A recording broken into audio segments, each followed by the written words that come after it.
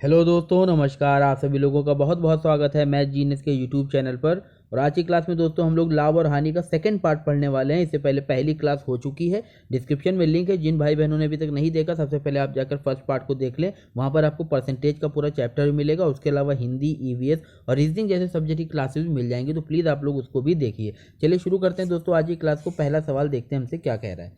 First question में हमसे पूछा जा रहा है कि एक दुकानदार अपने सामान पर क्रय मूल्य से 20% अधिक अंकित करता है तथा अंकित मूल्य पर 10% की छूट देता है, तो उसका प्रतिशत लाभ ज्ञात कीजिए। अब देखिए, पहले आप इस सवाल को थोड़ा समझ लीजिए, उसके बाद हम लोग आगे बढ़ेंगे। इसका कहने का क्या मतलब, मान लीजिए आप दुकानदार हैं और आपके पास एक वस्तु है जिसका क्रय मूल्य कितना है, 100 रुपये है। आपने क्या करा, अभी परसेंट भूल जाइए, आपने क्या करा, आपने 40 रुपये अधिक अंकित करके उसके ऊपर 140 रुपये लेबिल लगा दिया, 140 रुपये लिख दिए। ठीक है। अब आप मान लीजिए उस पर 20 रुपये की छूट देते हैं, तो अब 20 रुपये छूट देने के बाद आपने उसको कितने का बेचा, तो 120 रुपये का आपने क्या करा, बेच दिया। अब आप देख लीजिए कि आप 100 रुपये की उसका क्रय मूल्य था और आपने 120 रुपये का बेचा है। यदि आपसे लाभ पूछा जाए तो आप कहेंगे कि सीधे सीधे हमें कितने का लाभ हुआ, 20 रुपये का लाभ हो गया। यही चीज़ इस सवाल में बताई गई है, बस परसेंट लिखा है, उसमें कोई दिक्कत नहीं। हमने क्या बताया, आप क्रय मूल्य को क्या मान लीजिए, 100 मान लीजिए। क्रय मूल्य को क्या मान लिया, 100 मान लिया। जब 20% अधिक अंकित करना है तो 100 का 20% 20 होता है, यानी आपने उसके ऊपर 20 अधिक अंकित करके 120 रुपये अंकित कर दिए। ये आपका एमपी हो गया, मार्क प्राइस। अब आपने क्या करा, 10% की उस पर छूट दे दी। अब 120 पर 10% के लिए आप 10 मत माइनस करिएगा, ठीक है, क्योंकि 10% की छूट है। तो आप देखिए कि 120 का 10% यानी कि 1/10 कितना हुआ, तो आप कहेंगे कि सर 12 रुपये हुए। आप 12 क्या करेंगे, यहाँ पर छूट देंगे, यानी 12 इसमें से माइनस करके आप कितने का बेचेंगे, तो आप 108 का बेचेंगे। अब आपने देखिए 100 रुपये का क्रय मूल्य था और 108 का आपने बेचा है, तो सीधे सीधे आपको कितने का लाभ हो रहा है, तो आपको लाभ हो रहा है 8 का। और चूंकि 100 रुपये पर 8 का लाभ है, इसलिए प्रतिशत में भी कितना बनेगा, 8% बनेगा। इसलिए ऑप्शन बी हमारा सही उत्तर हो जाएगा। उसको कितने प्रतिशत का लाभ हुआ, तो उसको 8% का लाभ हुआ है। ठीक है, चलिए अगले सवाल को देखते हैं। आई होप आप लोग समझ गए होंगे। यदि कोई दिक्कत परेशानी हो तो आप प्लीज़ हमको कमेंट बॉक्स में ज़रूर बताइएगा। चलिए, ये देखिए बहुत इंपॉर्टेंट सवाल है और काफ़ी शानदार सवाल है। कह रहा है कि किसी वस्तु का अंकित मूल्य 500 रुपये है, ठीक है। वस्तु को 5% की छूट पर बेचा जाता है, फिर भी 25% का लाभ होता है। वस्तु का लागत मूल्य क्या है, यानी हमसे क्या पूछ रहा है, वस्तु की सीपी पूछ रहा है। अब सवाल में क्या क्या दे रखा है, देखिए। किसी वस्तु का अंकित मूल्य यानी हमको मार्क प्राइस दे रखा है, यहाँ पर हमें डिस्काउंट दे रखा है यानी कि छूट दे रखी है 5%, और यहाँ पे हमको दे रखा है क्या, इसका प्रॉफिट। जब दोस्तों आपको प्रतिशत में आपको छूट भी दे रखी हो और आपको लाभ भी दे रखा हो, तो मेरा सबसे बेस्ट तरीका जो होता है वो ये होता है कि आप एक फॉर्मूला लगा लिया करिए, CP/MP बराबर होगा 100 माइनस का डिस्काउंट बटे में 100 प्लस में प्रॉफिट। ये दोस्तों ऐसा तरीका है जिससे आप कभी भी सवाल में ना कंफ्यूज होंगे ना गलत करेंगे। और बहुत सिंपल सा फॉर्मूला है, क्या, CP/MP बराबर होता है 100 माइनस का डिस्काउंट परसेंट, यानी जितने की छूट दी है, और बटे में क्या करेंगे 100 प्लस प्रॉफिट परसेंट। अगर मान लीजिए प्रॉफिट की जगह पर घाटा हो रहा होता, हानि हो रही होती, तो यहाँ पे 100 में क्या करते, प्रॉफिट को जोड़ते नहीं बल्कि हानि को क्या करते, घटा देते। फॉर्मूला आपका सेम रहता। अब देखिए इस फॉर्मूले का इस्तेमाल करके सवाल लगेगा कैसे, आप ये देखिए।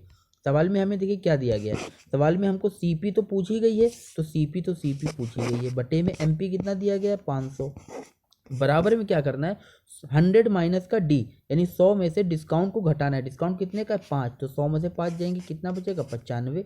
बटे में 100 में प्रॉफिट को जोड़ना है, कितना है, 25, यानी कि 125। अब आप इसको जब हल कर लेंगे तो सीपी बराबर निकल के आएगा आपका 95 बटे में 125, और इंटू में हो जाएगा कितना, 500। जब आप इसको हल करेंगे तो देखिए 4 बार जाएगा और 95 की 4 से गुणा करने पर आएगा कितना, 380। तो आप देख सकते हैं बगैर किसी झंझट के और बगैर किसी टेंशन के आपका सवाल डायरेक्टली लग जाएगा। इसका आंसर कितना आ जाएगा, ऑप्शन डी 380 रुपये आ जाएगा। आपको कुछ नहीं करना है, आपको बस इतना देखना है कि सवाल में हमें डिस्काउंट दे रखा हो, लाभ दे रखा हो, तब हम ये फॉर्मूला लगा सकते हैं, CP/MP बराबर 100 माइनस डी बटे में 100 प्लस पी, यानी कि प्रॉफिट। चलिए एक और सवाल देखते हैं, तब आपको ज़्यादा क्लियर हो जाएगा मेरा कहने का क्या मतलब है। देखिए इस सवाल में कह रहा है कि एक दुकानदार अंकित मूल्य पर 10% की छूट देता है, तो उसे 8% लाभ कमाने हेतु अंकित मूल्य को क्रय मूल्य में कितने प्रतिशत अधिक रखना होगा। मेरे कहने का क्या मतलब था, सवाल में जब आपको डिस्काउंट दे रखा हो और आपको प्रॉफिट दे रखा हो तो आप एक फॉर्मूला लगाया करिए कि CP बटे MP बराबर होता है 100 माइनस का डिस्काउंट बटे में 100 प्लस में क्या होता है लाभ यानी कि प्रॉफिट। ये डिस्काउंट है ऊपर। अब आप यहाँ पर देखिए सवाल में हमें डिस्काउंट दे रखा है, प्रॉफिट दे रखा है, इसका मतलब है ये सवाल हम लोग इस फॉर्मूले से लगा सकते हैं। कैसे लगाएंगे देखिए, CP और MP दे नहीं रखा है लेकिन पूछा भी नहीं गया, आप ये भी देखिए। तो हम लिखेंगे CP बटे MP बराबर में कितना हो जाएगा 100 माइनस का D, यानी 100 में से डिस्काउंट घटाना है। डिस्काउंट कितना है 10, तो 100 में से 10 जाएंगे कितना बचेगा 90, बटे में 100 में प्रॉफिट जोड़ना है कितना है 108। अब यहाँ से क्या होगा देखिए, जब आप इसको काटेंगे तो ये 9 से काटेंगे कितना आएगा 10 आएगा, नीचे 9 से काटेंगे तो आएगा 12, फिर आप 2 से काट देंगे तो 5 आएगा और 2 से काटेंगे 6। इसका अर्थ ये हुआ कि CP बटे MP को आपने निकाल लिया, इनका अनुपात कितना आ गया 5 बटे 6। 5 बटे 6 का मतलब क्या हुआ कि अगर क्रय मूल्य 5 था तो आपने अंकित कितना करा है 6 करा है। अंकित कितना करा है 6। सवाल में क्या पूछ रहा है, कितने प्रतिशत अधिक रखना होगा, मतलब अंकित मूल्य को क्रय मूल्य से कितना ज़्यादा रखें। तो आप देख सकते हैं क्रय मूल्य 5 था, अंकित मूल्य 6 है, आपने कितना अधिक रखा है तो आपने 1 अधिक रखा है। और इस 1 को हमें परसेंट में बताना है तो 1 के बटे में कितना रखेंगे भाई, 5 से 1 ज़्यादा रखा, बटे में 5 करेंगे, इंटू में कर देंगे 100। हल करने पर आपका उत्तर आ जाएगा 20। यही सवाल का उत्तर है, ऑप्शन ए हमारा सही आंसर हो जाएगा।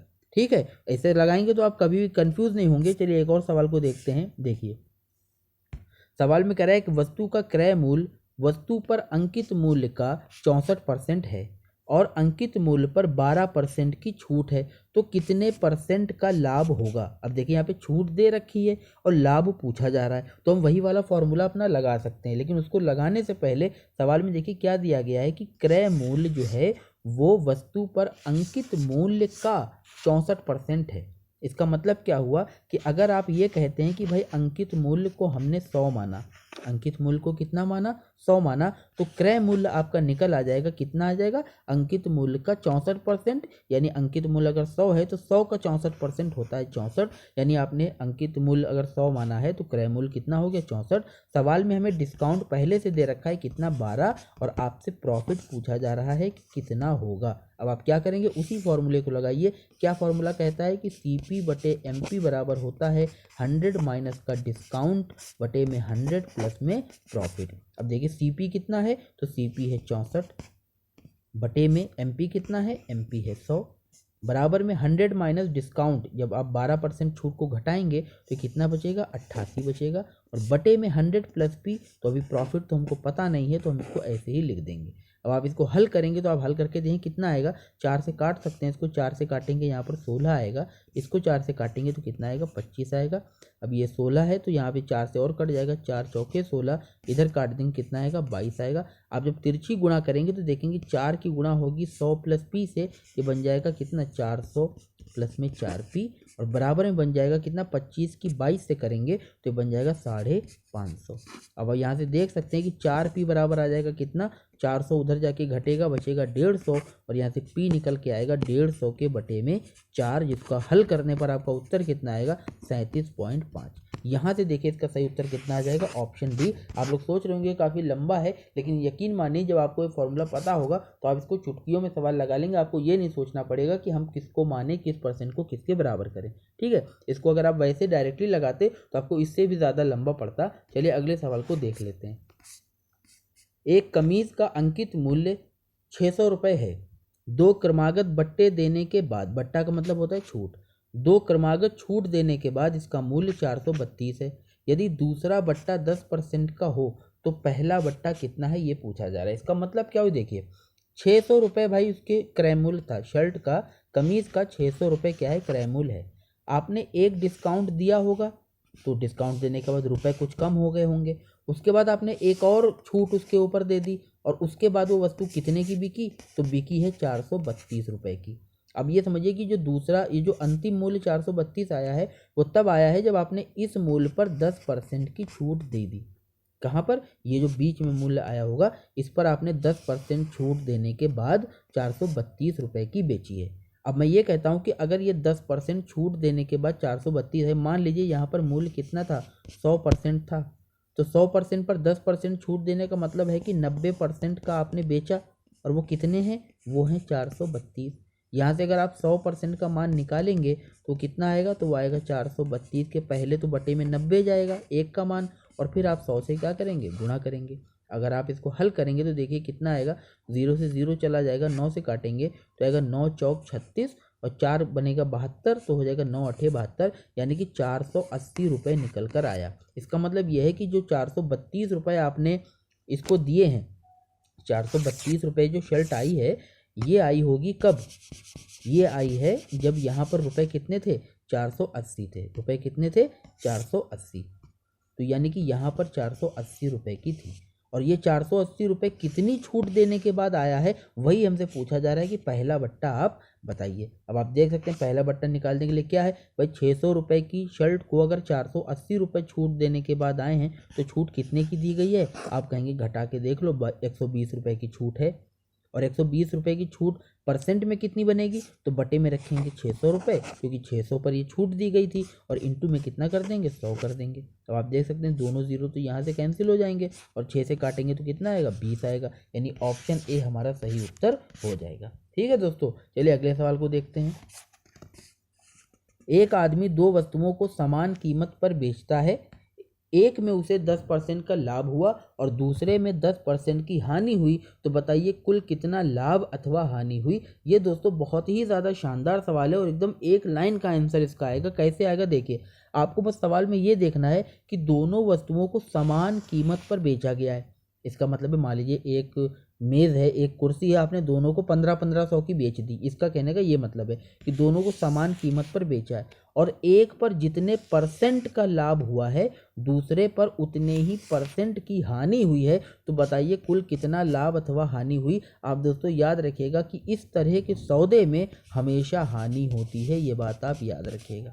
लाभ हानि में कंफ्यूजन होने नहीं है, हमेशा हानि होगा कब, अगर एक वस्तु को बेचने में जितना लाभ हुआ है दूसरे को आप बेचने में उतनी ही हानि हुई है, तो हमेशा हानि होगी। लेकिन शर्त क्या है कि दोनों को कब बेचा गया हो, समान कीमत पर बेचा गया हो। अब बात है कि हमेशा हानि होगी, लेकिन वो कितनी होगी, तो दोस्तों याद रखिएगा हमेशा r² बटे में 100, ये आपको फॉर्मूला याद रखना है। r क्या है, तो ये जो परसेंट दिया गया है, यहाँ पर 10 दिया है, यहाँ पर 10 दिया है, इस 10 का ही मान है r।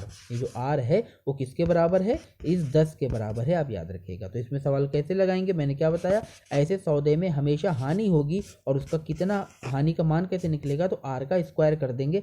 r का मान 10 है, 10 का स्क्वायर करेंगे तो 100 आएगा, और बटे में 100 करेंगे तो काटने पर 1 आएगा, यानी 1% की हानि हुई। ये इसका उत्तर ए जो है वो सही निकल कर आएगा। चलिए एक और सवाल देखते हैं, आप ज़्यादा क्लियर तब हो जाएगा आपको। देखिए, एक लड़का 2 मोटरसाइकिल में प्रत्येक को 64,000 में बेचा, एक पर उसे 18% का लाभ हुआ, दूसरे पर 18% की हानि हुई, तो कुल सौदे पर उसे कितने प्रतिशत लाभ अथवा हानि हुई। तो इसमें हमेशा हानि होगी, क्योंकि दोनों को देखिए आप प्रत्येक को 64,000 में बेचा, यानी दोनों के विक्रय मूल्य समान है, और एक पर जितना लाभ हुआ उतनी ही हानि दूसरे पर हुई। तो मैंने क्या बताया, हमेशा हानि होगी, और वो कितनी हुई, तो r² बटे में 100। r का मान सवाल में कितना है, 18, यानी 18 का स्क्वायर बटे में क्या हो जाएगा, 100।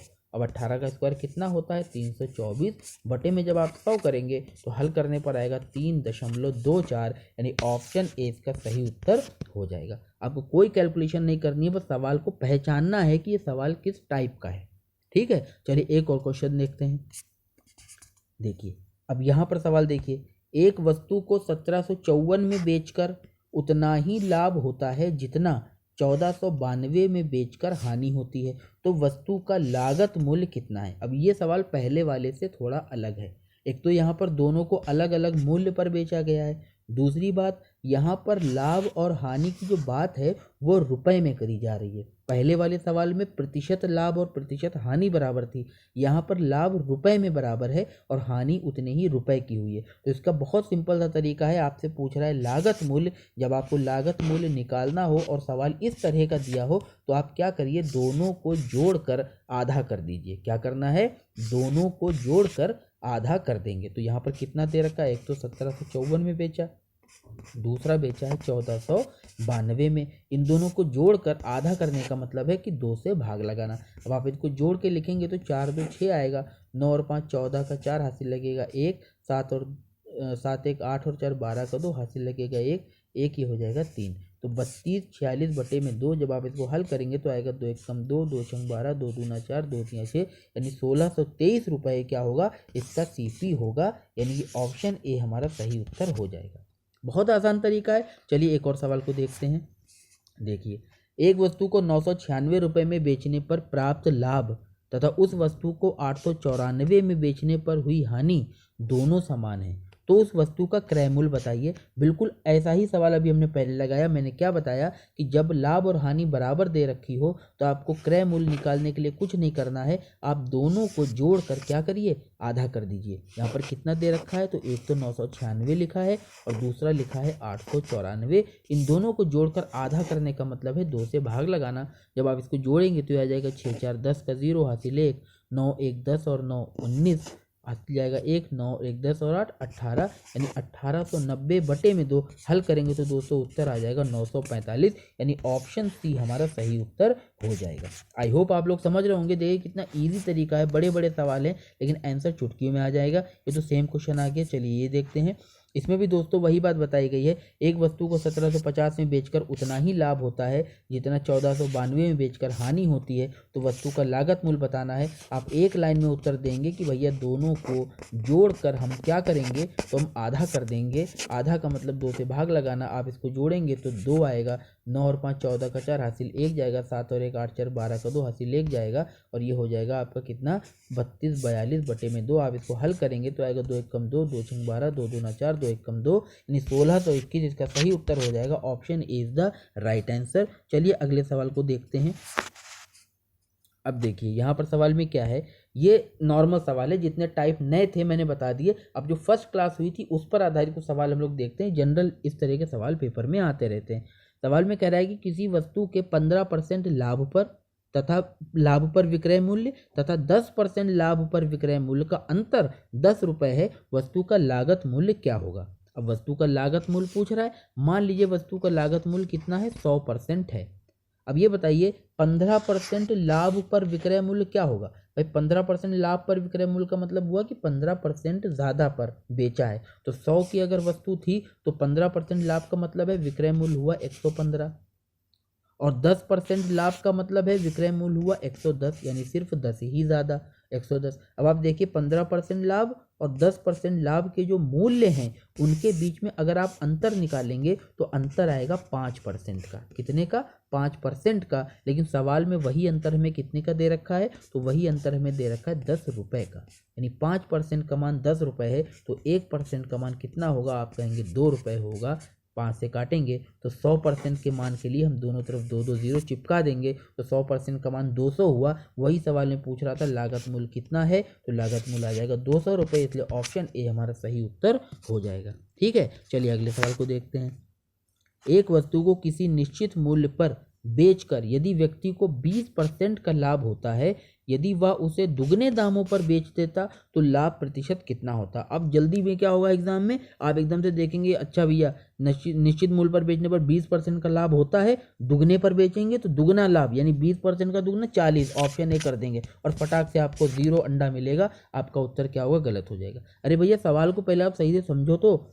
क्या कह रहा है, कह रहा है किसी निश्चित मूल्य पर बेचने पर व्यक्ति को एक 20% का लाभ होता है। 20% लाभ का मतलब ये हुआ कि 100 की जो वस्तु थी आपने उसको कितने का बेचा, आपने 20 ज़्यादा यानी 120 का बेचा, तभी आपको 20% का लाभ हुआ।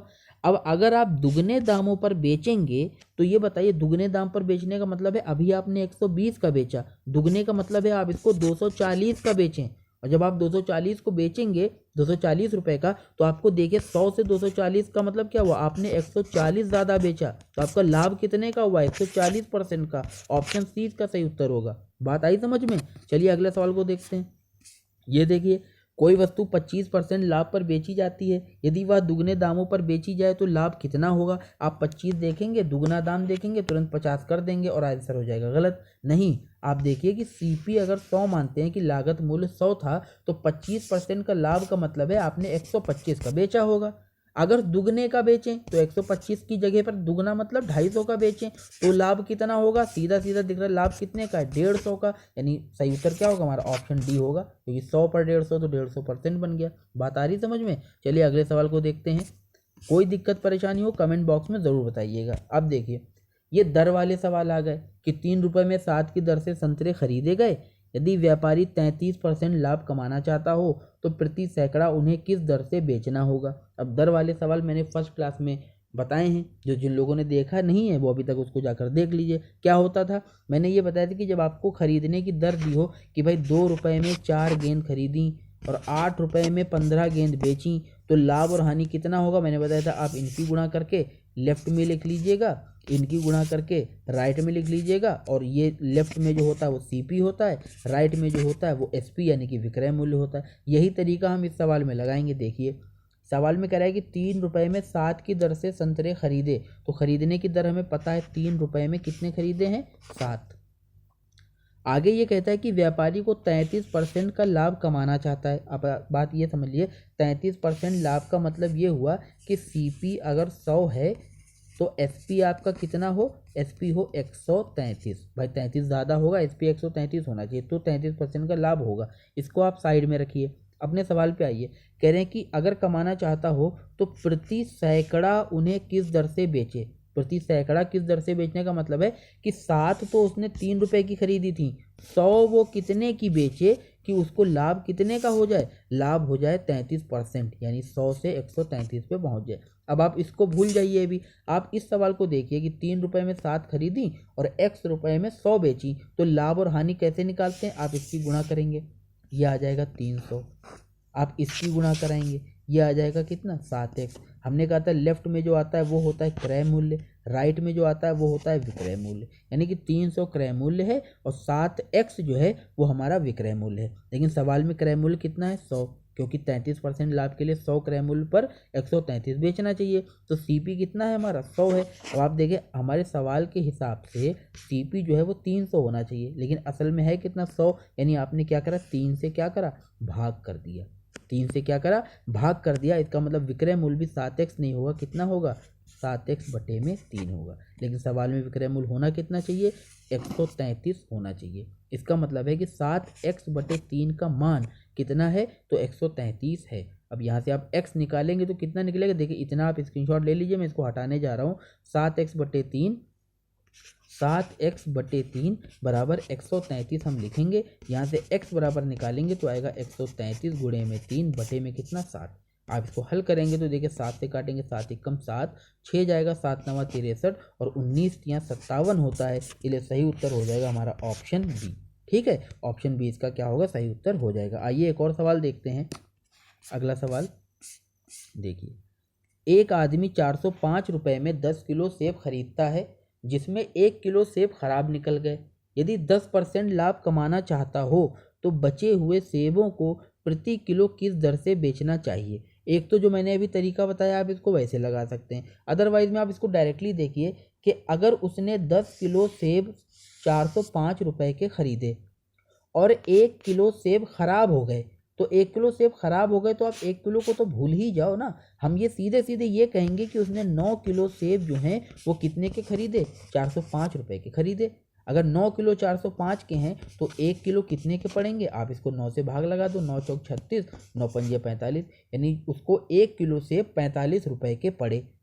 अब वो 10% का लाभ कमाना चाहता है तो कितने का बेचेगा, तो अगर वो 10% का लाभ कमाना चाहता है तो 110% का बेचे, 10 बढ़ाकर बेच दे, तो इसका मान कितना निकलेगा, तो आप क्या करेंगे, इसका 110 निकाल लेंगे, 110%।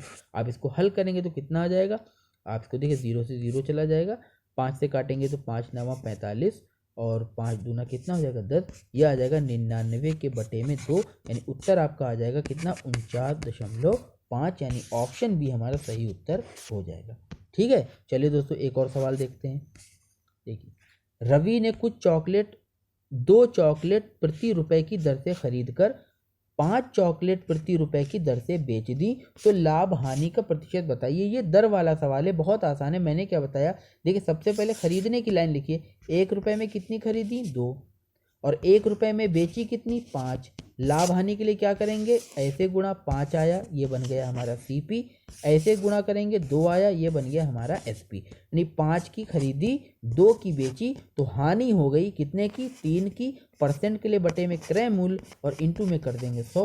हल करने पर इसको कितना आएगा, तो ये आ जाएगा 60%, और इस 60% की हानि है, इसलिए ऑप्शन बी क्या होगा हमारा सही उत्तर हो जाएगा। चलिए दोस्तों, आज की क्लास यहीं पे समाप्त करते हैं। आई होप आप लोगों को वीडियो पसंद आया होगा। वीडियो को लाइक एंड शेयर करना ना भूलें और रेगुलर अपनी पढ़ाई करते रहिए। कल आपको प्रॉफिट एंड लॉस का 3rd पार्ट पड़ेगा, जिसमें और ज़्यादा न्यू ट्रिक्स और न्यू क्वेश्चंस हम लोग लेकर सॉल्व करेंगे। चलिए दोस्तों, मिलते हैं नेक्स्ट वीडियो में, तब तक अपनी सेहत का ध्यान रखिए। थैंक यू, धन्यवाद, जय हिंद।